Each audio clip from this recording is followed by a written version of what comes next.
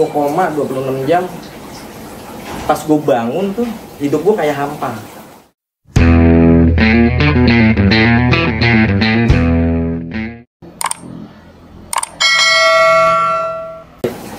Kali ini gue nggak ngebahas di perjalanan. Biasanya selama ini ngebahas di perjalanan, cuma gue coba berbagi kisah, terus berbagi pengalaman dengan selama ini yang gue alami. Ceritain anxiety itu gimana sampai lu bisa anxiety terjadi pada diri lu. Oke. Gue kasih cerita sedikit tentang anxiety atau anxiety, gue nggak ngerti sebutan yang benarnya gimana. Dulu itu di awalnya tahun 92, gue masih SMA ya kalau nggak salah. Itu sebenarnya gini, ya mudah-mudahan ini bukan jadi rahasia umum lagi ya, pasti namanya saling membuka ya. Awalnya gue dulu narkoba, ya zaman-zaman 92 ya paling boat, megadon, ya kan, alium, persilium kayak gitu. Nah gue diawalin dari obat. Dari obat tiba-tiba singkat cerita, gue tuh waktu itu OD, overdosis obat. Nah setelah overdosis tuh, gue sempet nggak sadar, mungkin sekitar 26 jam gue koma saat itu bareng. Saat itu gue koma 26 jam, pas gue bangun tuh hidup gue kayak hampa. Awalnya itu, hidup gue kayak hampa banget, gue nggak ngerti gue mau ngapain saat itu. Terus gue kayak apa ya, jalan kayak ngambang. Sebenarnya anxiety ini atau anxiety, kalau gue jelasin sama orang yang nggak ngalamin, itu sebenarnya rumit ya.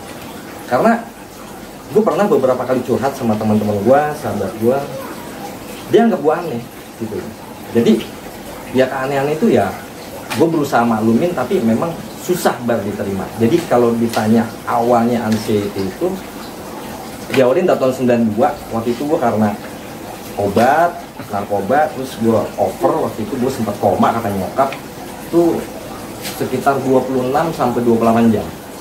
Nah waktu itu nggak tahu ini sakit apa gitu loh, nggak tahu ini apa, GERD, anxiety atau panic disorder, panic attack tuh gue nggak tahu waktu itu gitu. Jadi kalau lo tanya perjalanan awalnya itu men gitu. Gejala yang lu rasain ketika dari tadi narkoba terus kemudian sampai diketahui bahwa lu bergejala anxiety itu gimana? Artinya maksudnya ada tanda-tanda dari tubuh atau apalah misalnya yang menunjukkan itu anxiety. Oh, awalnya gini, setelah beberapa bulan gue ada keanehan. Waktu itu gue inget banget sholat Jumat. Itu gue udah kondisi udah siap jalan. Gue sholat Jumat.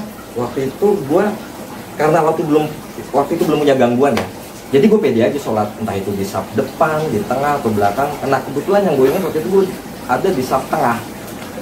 Gue nggak ngerti waktu itu tiba-tiba gue panik kayak di belakang ini kayak ada yang narik gitu loh. Maksudnya kayak orang gimana sih ya, lo mungkin nggak pernah naik panggung, lo nervous, keringat dingin, tapi nggak pingsan gitu loh. Nah di situ diawalin keanehan di diri gue. Nah terus secara fisik setiap gue konsumsi, misalnya gue minum air putih, itu gue selalu dahak tapi disertai cairan yang asli asem banget. Waktu itu gue pikir ini cuma mah biasa nih gitu loh. Nah saat itu gue sampai ke beberapa dokter, ya dokter itu cuma bilang butuh istirahat, ini mahnya kambuh. Ya gue bete saat itu. Kira-kira kayak gitulah. Artinya anxiety itu timbul dari gejala kecemasan. Kecemasan tanpa sebab. Oke. Bisa nggak misalnya di-share ke teman-teman yang memang tidak tahu tentang anxiety, artinya lebih detail diceritakan pada diri lo dari mulai tidak tahu ini penyakit apa sampai pada akhirnya lo tahu bahwa dokter mengatakan bahwa lu anxiety. Dulu diawalin tahun 97 gitu, gue kebenaran lagi bokinan yang kebenaran sekarang jadi istri gue. Gue saat itu mencari tahu nih gue sakit apa gue nggak ngerti saat itu gitu. Jadi gue ke dokter sana sini, bahkan jujur saking gue bingungnya ini sakit apa, karena sering tanpa sebab. Tiba-tiba gue lagi jalan, tiba-tiba sel-seran, terus gue bangun tidur kayak hati nggak enak, kayak ibu kayaknya nggak lama lagi mau mati nih. Ya lu gimana sih rasanya misalnya lo seorang yang dieksekusi gitu, lu tahu 5 menit lagi lo akan dieksekusi mati gitu loh, itu rasanya luar biasa nggak enak gitu. Nah kalau buat gua, untuk teman-teman, apa yang lo alamin itu, karena begini, kalau menurut gue ya, ini sih menurut gue gitu loh, anxiety itu timbul bukannya nggak ada sebab, pasti ada sebab-sebab masalah fisikal, entah itu histori perjalanan hidup lo yang nggak bagus, lo bener lah kalau pola hidup, pola makan, ya kan, terus gaya hidup lo yang nggak bagus, akhirnya berdampak ke tubuh lo. Nah pada saat tubuh lo itu nggak bisa nerima lagi, terus ada gejala-gejala, disitulah gue coba tahu ini gejala apa yang gue alami. Gue butuh tahu medis, gue bukan butuh cuma sekedar lo mah nggak usah dipikirin. Tahun 98 awal gue merit, gue mulai perlahan tahu. Gue ketemu dokter waktu itu namanya Dokter Bonar. Waktu itu dia ada di klinik Medika Bekasi Timur. Gue tanya dialah yang pertama, dia yang pertama bicara kalau gue itu gejala GERD. Saat itu gue GERD nggak tahu, tapi dia nggak bilang gue anxiety gitu loh. Nah jadi kalau lo bilang di-share ke teman-teman soal anxiety, jadi anxiety itu mutlak gitu loh, mutlak yang lo alamin dan lo harus bisa atasin sendiri, dan lo nggak bisa tiru cara gue bar. Misalnya lo kena anxiety nih, Wawa bisa ngatasin nih anxiety ini dengan bersepeda misalnya, lo coba itu gitu loh, dan itu belum tentu gitu lo bisa lo atasin gitu loh. Jadi ya memang butuh waktu ya. Lo bayangin gue dari 92 mengalami kecemasan yang berkelanjutan, itu menakutkan banget gitu loh. Jadi ya semua butuh proses, butuh sharing. Ya saran gue, orang anxiety itu harus lebih banyak berinteraksi, berkomunikasi, nggak harus kelompok. Minimal lo cari temen yang dia ngedengerin aja, ngedengerin diri lo aja. Buat gue itu udah seneng. Ini yang gue alamin ya. Ya seperti itulah kira-kira, men. Bro, Yes. ketika dia mengetahui bahwa dirinya anxiety, terus kemudian dia harus berbagi, artinya dia membuka diri kepada orang lain agar apa sih namanya, dia bisa mengurangi rasanya, kan kayak gitu ya. Yes. Nah, lagi gini, ada nggak sih tingkatan atau jenis anxiety yang lu bisa kasih tahu maksudnya gitu, misalnya tingkatannya gimana, awal gejalanya, terus kemudian dari stadium awal sampai mungkin kategori akut atau apalah yang mungkin si penderita gangguan ini bisa kasih info gitu. Oke. Kebetulan gue bukan seorang dokter, tapi gue akan bercerita dengan apa yang gue alami. Jadi gue rasa ini lebih mutlak, ini sih menurut gue gitu. Jadi kalau ditanya tingkatan, waktu itu anggaplah gue nggak tahu gue itu anxiety gitu loh. Jadi gue sampai bercerita begini sama bokap, karena cuma bokap yang mau dengerin gue tuh saat itu gue punya gejala aneh kayak begini. Gue anggap ini suatu keanehan gitu. Gue cerita sama bokap. Akhirnya gue coba melegakan hati gitu loh, menenangkan diri. Akhirnya gue bilang begini, udahlah pak, penyakit ini yang tahu cuma saya sama Allah aja. Kebetulan gue muslim, ya kan. Jadi habis dokter nggak jelas, ya kan, cuma bilang butuh istirahat, cuma gangguan pencernaan biasa mah, ya kan. Ya kalau seandainya dia nggak kena gangguan pencernaan, gue mah perut perih, ya gue kasih obat harusnya selesai dong. Ini kenapa ada dampak psikologinya, itu loh yang gue cari. Jadi saat itu kalau bicara tingkatan diawalin pada saat gue nggak tahu anxiety.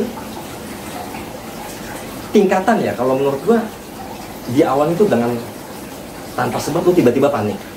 Beda misalnya orang yang orang yang normal dalam arti nggak kena gejala gini, dia panik ada sebab. Misal lu di Bogor kolektor, lo panik dong, ada sebabnya. Terus lo lagi naik motor nih, tiba-tiba ada 2 orang yang ngikutin, itu panik dong. Dan at least panik seperti itu yang ada sebab dengan tanpa sebab itu jenis paniknya beda. Jadi tingkatannya itu kalau lo udah paniknya berlebihan, bahkan lo keluar rumah pun jarak 5 meter, 10 meter lo balik, buat gue udah akut. Tapi kalau lo misalnya berjalan nih, lo sendiri, tiba-tiba lo duduk, lo udah mencapai perjalanan, udah mau nyampe kantor misalnya, lo duduk atau lo ngeliat keramaian, kok tiba-tiba gue panik nih. Buat gue belum se ekstrim itu si anxiety-nya. Karena yang gue tahu anxiety itu mencakup panic disorder, panic attack, ya kan, mungkin masuk ke bipolar atau mungkin ya jenis-jenis lain yang lainnya gitu. Jadi ya kalau menurut gue sih yang gue alamin, gue fase tingkatan kepanikan gue itu nggak langsung tiba-tiba panik yang ekstrim gitu. Jadi ada tahapannya gitu. Oke. Ketika tadi kita mengetahui bahwa diri cemas, bentuk-bentuk potensi yang memang ada kaitannya dengan anxiety, tapi dia belum sadar bahwa karena dia tidak tahu dari medis atau dari rumah sakit misalnya. Ketika dia merasakan hal tersebut tadi, dia harus kemana gitu? Artinya dia maksudnya merujuk rumah sakit, ke poli apalah maksudnya gitu, agar dia tahu bahwa dia memang dinyatakan bahwa dia bergejala anxiety. Kalau menurut gua cara yang terbaik berhubungan sama medis. Menurut gua itu yang terbaik. Meskipun lo mungkin ketemu salah satu dokter atau salah satu rumah sakit yang lo berhubungan sama dokter, lo di situ nggak dapat kepuasan jawaban dari seorang dokter. Yang tahunya cuma dokter, ini lo minum obat ini. Gue inget banget waktu itu dikasih obat frisium lah. Ya sempat ketingkatan sanak, mungkin nanti gue cerita soal sanak. Gue akan cerita lagi soal obat-obat yang gue konsumsi saat itu. Jadi kalau ditanya, lu merasa gejala yang dalam artian nggak wajar, gue kayaknya nggak ada masalah kok, tiba-tiba gue baru naik motor kok, gue sampai keringet dingin, paniknya kayak gini, padahal tubuh lo is okay, lo bugar, di tensi darah lo normal gitu. Nah itu lo perlu lo curigain, kalau diri lo nih ada apa-apanya nih di masalah kecemasan, ya kan? Saran yang terbaik buat gua, lo melakukannya dengan yang penuh logika medis. Lo ke dokter. Ya gua akan rekomendasiin dokter, ya cocok-cocokan ya kalau kata orang. Coba ke dokter Arif Fahrial. Jadi kebetulan gue juga salah satu anggota GAI. GAI itu GERD Anxiety Indonesia. Itu diketuain sama Ciko Saparas. Nah itu luar biasa, Ciko itu udah ngebantu beberapa anggota yang minimal dia membaik atau dia bisa ngatasin gejala-gejala yang tadinya dia, contoh dia naik kereta sendiri takut, ya kan, dia udah mulai terlatih berani. Yang tadinya dia ngelihat keramaian panik, ya kan, dengan cara dia bisa atasin dengan cara dia lah kayak gitu. Jadi kalau singkatnya kalau kata gue ya medis lo harus lakuin gitu loh. Di samping upaya-upaya lain ya otomatis lo harus imbangin. Baik itu hidup lo harus lo rubah. Karena gini, anxiety itu gue sampai begini waktu itu. Kalau lo pengen tahu cerita sedikit, saking gue bingung saat itu. Ini gue kenapa sih gue dikasih kayak begini sakitnya gitu? Kenapa sih gitu? Yang orang lain maksudnya gini loh, sakit gigi jelas giginya sakit, mungkin di baru-baru gini atau apanya selesai gitu. Terus sakit kepala, gue minum aja Panadol kayak Neuralgin kayak obat sakit kepala apapun, dipijit selesai gitu, ya kan. Tapi ini penyakit yang buat gue nggak mau bilang penyakit ya, mungkin ini gangguan kecemasan ya. Buat gue ini ya sorry nyebelin gitu, nyebelin asli. Pada saat gue lagi enak-enak jalan, berapa kali gue nyetir mobil di tol, gue tiba-tiba panik gitu loh, yang nggak ada sebab, itu nyebelin asli. Di situ akhirnya gini, gue bergelit dengan situasi hati gue, logika gue. Akhirnya gue ketemu satu, yang mudah-mudahan ini bisa bawa kebaikan buat teman-teman. Gue anggap ini bukan penyakit serius di mata gue anggap ini bukan sesuatu yang ekstrim yang gue alami. Buat gue ini hidayah. Jujur, dengan gue dikasih anxiety kayak gini, kegalauan yang gue alamin, ya kan, gue udah mulai lagi sholat, gue udah mulai lagi menata hidup yang baik. Jadi gue anggap ini suatu hidayah buat gue. poin-poin utamanya.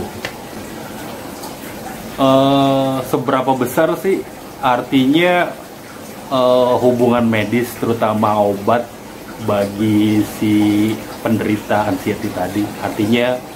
Artinya kan dia harus konsumsi obat nih, kan gitu ya. Artinya apakah itu permanen? Artinya ada jangka yang memang harus dituju, maksudnya ada temporari 3 bulan atau berapa lama gitu?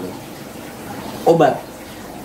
Jadi gini, biar gimana pun, apapun sakit kita, apapun gangguan kita, biar gimana unsur kimia butuh mengkonsumsi di tubuh kita, yang ya otomatis dengan kapasitas yang udah ditentuin sama dokter kita gitu.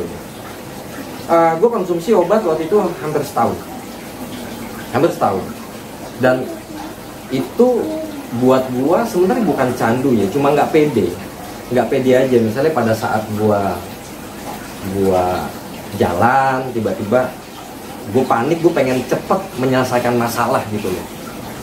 Itu yang nggak bagus. Gue pengen cepet menyelesaikan masalah, ada obat nih, aku minum aja gitu loh. Jadi buat gua obat itu nggak ada limit ya, itu gimana diri lo gitu loh. Dan dokter tetap akan nyaranin jangan ketergantungan lo sama obat. Lo harus melatih diri lo lebih bisa mengatasi masalah-masalah gangguan di diri lo gitu. Jadi ya sebenarnya bisa never ending lo obat, hati-hati. Jadi ya kalau gue sih waktu itu pertama gini, orang yang anxiety ya sorry bukan murah ya. Lo konsultasi sama dokter, mungkin sama psikiater atau apa, itu bukan murah. Terus gue berapa kali dulu waktu tahun 95, 96, setiap gue jalan tuh gue harus tengok dulu ada klinik atau rumah sakit, karena gue panik gue harus di opnam gitu loh. Meskipun cuma 10 menit gue udah tenang, gue cabut. Jadi obat itu buat gue cuma membantu, suges ya, jadi sebenarnya nggak suges juga sih, memang bener ada pengaruh ya di unsur obat-obatan itu ya, tetap ada pengaruh di tubuh kita. Tapi kalau menurut gua akan lebih bagus lagi obat itu jadi suges secara perlahan. Contoh, gua nggak tenang nih jalan kalau nggak bawa satu obat yang biasa lo konsumsi, tapi itu lo nggak konsumsi gitu, itu nggak lo konsumsi gitu. Jadi kalau kata gua ya lo harus ngelatih. Kalau lo ketergantungan obat terus juga buat gue itu ya, di samping lo akan nyiksa salah perekonomian, lo juga seperti gak ada solusi gitu loh. Solusi lo cuma obat dan obat. Buat gue nggak bagus. Oke, bro. Selain tadi sisi medis, bro, obat, bro. Hal yang membantu, misalnya kayak konsumsi buah atau sayur, mungkin atau lu bisa ceritain selain itu ada apa sih namanya pola hidup, gaya hidup, ya kan ya. Mungkin lu bisa ceritain gitu loh. Artinya agar informasi ini bisa apa sih disampaikan bagi orang yang dari tidak tahu, dia hanya merasa cemas dan cemasnya itu dia nggak bisa ukur, kemudian dia berani mengajukan diri untuk datang ke medis menanyakan apakah dia anxiety atau tidak gitu. Oke.